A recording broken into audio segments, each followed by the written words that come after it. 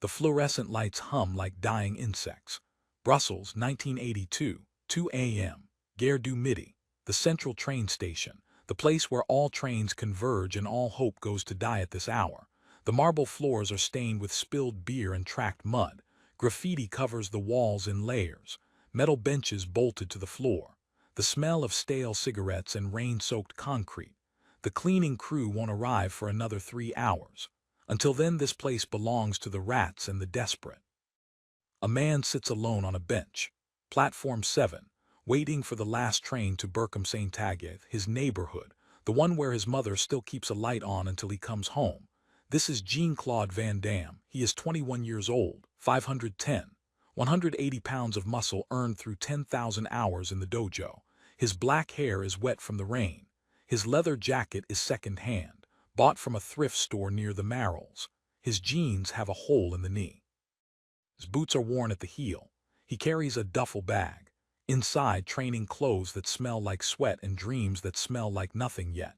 He has been in the city for 14 hours. Another audition. Another director who smiled and lied and finally said, "You're too muscular, too aggressive, we need someone softer, someone Belgian audiences can relate to." The same words. Always the same words. But tonight, those words do not matter. Tonight, he made a decision that will change everything. He will leave Belgium, go to America, Hollywood, the place where muscle is currency and accents are exotic instead of embarrassing, where being too much of something is never a problem, where Jean-Claude can become just Claude, or just Van Damme, or something entirely new. His mother will cry, his father will lecture, his instructors will say he is wasting his training, but he has decided. The ticket is already purchased. 3 weeks from now. One way to Los Angeles. He leans back against the cold metal bench, closes his eyes, imagines the future, not this future. The benches and the fluorescent lights in the 2 a.m. train that is already 20 minutes late, a different future. The one where he is not waiting, where he is not begging, where they come to him. Internal monologue, 3 weeks, 21 days, then I am gone from this place. This city that tells me I am too much and not enough at the same time. America will be different. It has to be. He does not hear them approaching. 4 men. They materialize from the shadows near the closed kiosk. Early 20s. Locals. Brussels street rats who hunt at night. Leather jackets dark with rain. Boots heavy with steel toes. 2 of them carry aluminum baseball bats. American style. Stolen from a sports store 3 months ago. Another has a broken beer bottle, green glass, Heineken. The jagged edge catches the fluorescent light. The 4th, the leader, has nothing but his fists. Knuckles already scarred from breaking things that could not break back. They see the man on the bench, alone, small duffel bag, leather jacket that might be worth something, the watch on his wrist. They see a victim, the leader approaches. His boots echo on the marble, slow, patient. The echo of someone who has all night, who has done this before, who knows how it ends. He stops 10 feet from the bench, his friends spread out, one to the left, one to the right, one directly behind. A diamond formation. Exits blocked. The math is simple. Van Damme does not open his eyes. He heard them 30 seconds ago.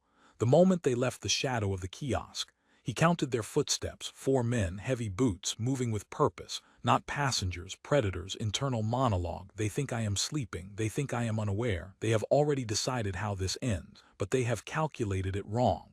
The leader speaks. His voice is casual, friendly almost. The voice of someone offering help instead of demanding compliance. "Hey, you missed your train." Van Damme opens his eyes slowly, looks up, sees the 4 faces. Young, hungry, eyes that have learned to see people as things, as obstacles or opportunities, nothing in between.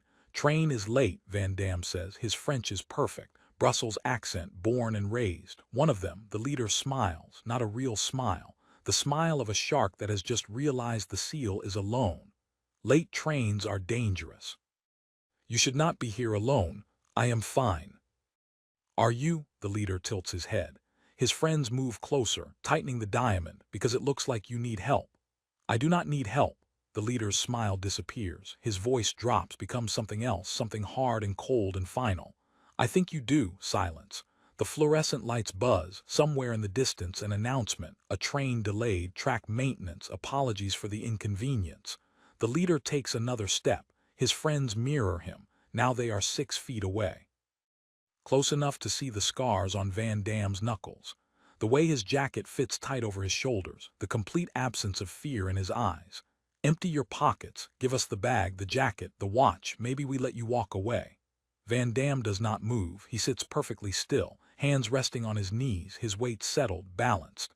The bench beneath him is cold steel, 4 bolts holding it to the marble floor, industrial grade, built to survive decades of passengers and weather and time. No. The word hangs in the air like smoke. The man with the bottle laughs. Did he just say no? He said no. The leader's jaw tightens. He is not used to this. In his world, when he asks, people give. When he threatens, people comply. When he shows the bat and the bottle and the numbers, people understand the math. Let me explain something. The leader leans forward, performs for his crew. 4 of us, 1 of you, you're sitting on a bench, nowhere to run. The math is simple. Van Damme looks at the bench beneath him, then at the 4 men surrounding him, then back at the leader. The math is simple, he agrees, but you have calculated it wrong. Hong Kong, 1978. A storage room behind the Shin Kyun-do studio. The space is tiny, 8 feet by 6 feet. Master Chan has placed Van Damme inside. 4 students wait outside. Master, I cannot move in here, there is no room to fight. Master Chan's voice is patient, amused almost. In an open space, many attackers are dangerous. They surround you. They attack from all angles. They overwhelm you, but in a small space, he taps the doorframe. Numbers become a curse. How? They cannot all attack at once. They crowd each other, trip over each other. Their strength becomes their weakness. Master Chan smiles. You do not need to defeat 4 men. You need to defeat 1 man 4 times while the others wait their turn. Let the space do the work. The door opens. 4 students rush in. 45 seconds later, Jean-Claude Van Damme is the only one standing. The leader's smile is fatting. Something in the seated man's eyes has changed. Something that makes his stomach twist. But pride is louder than instinct. Louder than the small voice that says walk away. Stand up. His voice is harder now, commanding, empty your pockets or I swear to God. The bench, Van Damme interrupts. The leader blinks. What? The bench, you are standing very close to it. Confusion. The leader glances down, at the steel bench, at the 4 bolts holding it to the floor, at the space between him and the metal. So what? Van Damme's smile is small, patient, the smile of a teacher about to demonstrate something important. So when it moves, you will want to be standing somewhere else. The leader laughs, but the laugh is hollow now, uncertain. Is that a threat? It is advice. Van Damme's weight shifts imperceptibly. His back presses against the bench. His legs coil. You are free to ignore it. The bats rise. The bottle catches the light. The 4 men exchange glances. The silent communication of predators who are beginning to suspect they may be prey. Enough talk. The leader grips his bat tighter. You've got 3 seconds. 1. Van Damme places both hands on the bench behind him, grips the steel, cold and solid and perfect. 2. He takes a breath, settles his weight. His legs are compressed springs. 10,000 kicks, 10,000 squats. 10,000 hours of training for this exact moment. 3. Van Damme kicks, not at them, at the bench itself. His heel drives into the front support, the one closest to the leader. The impact is precise, surgical, not at the steel, at the bolts holding it to the floor. The first bolt shears, then the second. The bench, no longer anchored, tilts. Van Damme's hands grip tight, his legs push. His entire body becomes a lever. The bench, 80 pounds of industrial steel, lifts off the ground. Not slowly, explosively. The bench becomes a projectile, it flies forward. A steel battering ram with 4 feet of cold metal aimed at the diamond of men who thought they had cornered prey. The leader has no time to react, no time to dodge, no time to do anything but watch. The bench catches him full in the chest and stomach. 80 pounds of steel moving at the speed of a Van Damme kick. He flies backward, 4 feet, 6 feet, crashes into the man behind him. Both collapse in a heap of limbs and aluminum bat in disbelief. The bench lands on top of them, pins them to the marble like insects under glass. Car alarm? No, this is a train station, but the sound is just as loud. The crash of steel on marble, the echo bouncing off the high ceiling. The groans of 2 men trapped under industrial furniture. The other two freeze. 1 second their leader was counting down. The next he is buried under a bench with his friend. Not moving, not getting up, just groaning. Van Damme stands. He rises from where the bench used to be, fluid, unhurried, inevitable. The fluorescent light casts his shadow long across the marble. Internal monologue. They thought the bench was a cage. They thought sitting made me weak. But everything can be a weapon. The walls, the floor, the furniture, everything. The man with the bottle reacts first. Survival instinct. Attack before you process what just happened. He lunges. The broken bottle arcs toward Van Damme's face. Green glass, jagged edges. A slashing motion meant to open skin and end arguments. Van Damme's hand shoots up, catches the wrist. Mid-swing, his grip is iron. His fingers find the pressure point. The bottle drops, clatters on the marble, rolls away. The man's eyes go wide. He tries to pull free. Cannot. Van Damme's other hand moves. Open palm to the solar plexus. Not hard, just enough. The man's breath exits, all of it, at once. He doubles over, gasps. Van Damme releases him. The man stumbles backward, sits down hard, hands on his knees, trying to remember how to breathe. 3 down, 8 seconds. The fourth man, the one with the second bat, is already running. His boots pound on the marble. He does not look back, does not slow down, does not stop until he is 3 platforms away and still not feeling safe. Van Damme lets him go. Internal monologue. One runs, good, a messenger. He will tell others what happened in this place. And perhaps the next time they see a man sitting alone, they will remember that stillness is not weakness, that patience is not fear, that the smallest moment can hold the largest danger. He turns back to the bench. The 2 men underneath are crawling out, slowly, painfully. The leader's nose is bleeding, his lip is split, his eyes are wild. The eyes of someone whose understanding of the world has just been rewritten in steel and marble. Van Damme walks over, slow, unhurried. He looks down at them. You wanted my bag. The leader stares up at him. No words come. His mouth opens and closes. His friend beside him is holding his ribs, breathing in short gasps.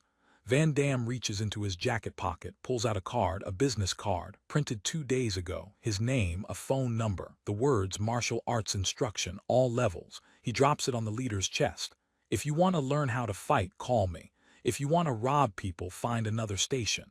He steps over them. Picks up his duffel bag from where it fell. Checks the contents. Training clothes, still there, dreams, still intact.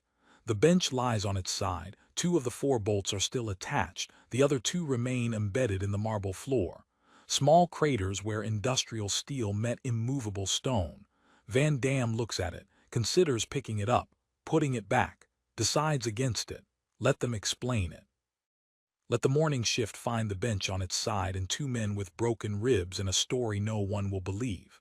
He walks toward the platform exit. His boots echo on the marble. He does not hurry. He does not look back. Behind him, the leader sits against a pillar. Blood drips from his nose onto his leather jacket.